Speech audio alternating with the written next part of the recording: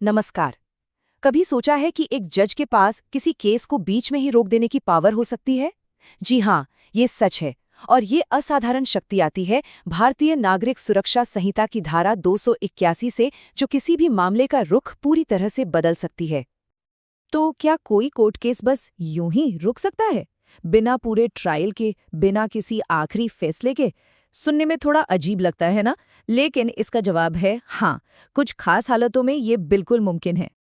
और ये जो असाधारण शक्ति है, ये आती है भारतीय नागरिक सुरक्षा संहिता यानी BNSS 2023 के सेक्शन 281 से। चलिए इसको थोड़ा और गहराई से समझते हैं कि आखिर ये है क्या और ये काम कैसे करता है। तो सेक्शन 281 आखिर कहता क्या है? बिल्कुल आसान शब्दों में कहें तो ये एक मैजिस्ट्रेट को ये अधिकार देता है कि वो एक समन्स केस को, अब समन्स केस क्या होता है? ये वो मामले होते हैं जो थोड़े कम गंभीर अपराधों से जुड़े होते हैं। तो ऐसे केस में कार्रवाई को किसी भी स्टेज पर रोका जा सकता है। और सबसे जरूरी बात, बिना कोई फाइनल जजमेंट सुनाए। हाँ, लेकिन एक शर्त है। ऐसा करने की वजह उन्हें लिखित में रिकॉर्ड करनी ही होगी। लेकिन ठहरिए, ऐसा नहीं है कि ये पावर अनलिमिटेड है। कोई भी मजिस्ट्रेट जब चाहे, जैसे चाहे इसका इस्तेमाल नहीं कर सकता। इसके लिए कुछ बहुत ही सख्त नियम और शर्तें बनाई गई हैं। तो आखिर ये खास शर्तें हैं क्या? मतलब कौन इस पावर का इस्तेमाल कर सकता है, किन केसेस में और कैसे? आइए इन नियमों को एक एक करके देखते हैं। ठीक है, तो रूल्स बिल्कुल साफ हैं। सबसे पहले, मामला एक समन्स केस होना चाहिए। दूसरा, ये केस पुलिस रिपोर्ट से शुरू हुआ हो, ना कि किसी की प्राइवेट कंप्लेंट से। तीसरी बात, ये पावर मुख्य रूप से फर्स्ट क्लास मजिस्ट्रेट के पास होती है। और हाँ, एक स्पेशल कंडीशन भी है। कोई दूसरा जुडिशियल मजिस्ट्रेट भी इसका इस्तेमाल कर सकता है, लेकिन उन्हें पहले अपने सीनियर यानी चीफ जुडिशियल मजिस्ट्रेट से परमिशन लेनी होगी। ये आप जानते हैं, एक तरह का सेफ्टी चेक है, ताकि इस पावर का गलत इस्तेमाल ना हो। अब आते हैं इस कानून के सबसे दिलचस्प और अहम हिस्से पर। एक ऐसा टर्निंग पॉइंट जो पूरे केस का नतीजा ही पलट सकता है। और इसका सीधा कनेक्शन है सबूत से। देखिए, पूरा नतीजा सिर्फ एक सवाल पर आके टिक जाता है। क्या मेन विटनेस यानी मुख्य गवाहों के बयान रिकॉर्ड हो चुके हैं? बस यही सवाल सब कुछ तय करता है। ये एक तरह से कानूनी चौराहा है जहां से दो बिल्कुल अलग रास्ते निकलते हैं। मतलब टाइमिंग ही सब कुछ है।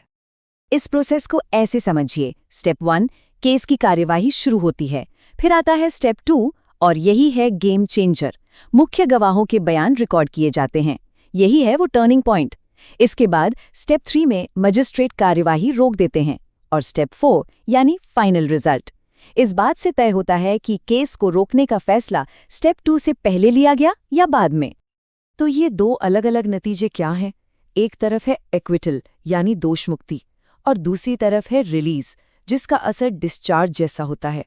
और कानूनी तौर पर इन दोनों में जमीन आसमान का फर्क है। और ये फर्क बहुत ही दिलचस्प है।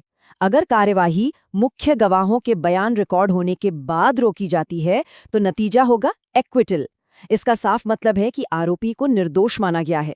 ये एक फाइनल फैसला है। लेकिन अगर कार्यवाही गवाहों के बयान रिकॉर्ड होने से पहले ही रोक दी जाती है, तो आरोपी को रिलीज कर दिया जाता है। इसे डिस्चार्ज माना जाता है। इसका मतलब ये हुआ कि केस खत्म तो हो गया, लेकिन दोषी या निर्दोष होने पर कोई फैसला नहीं हुआ। तो सवाल उठता है कि आखिर इस प्रोविजन की जरूरत ही क्यों पड़ी? बड़ी तस्वीर में इसकी क्या अहमियत है?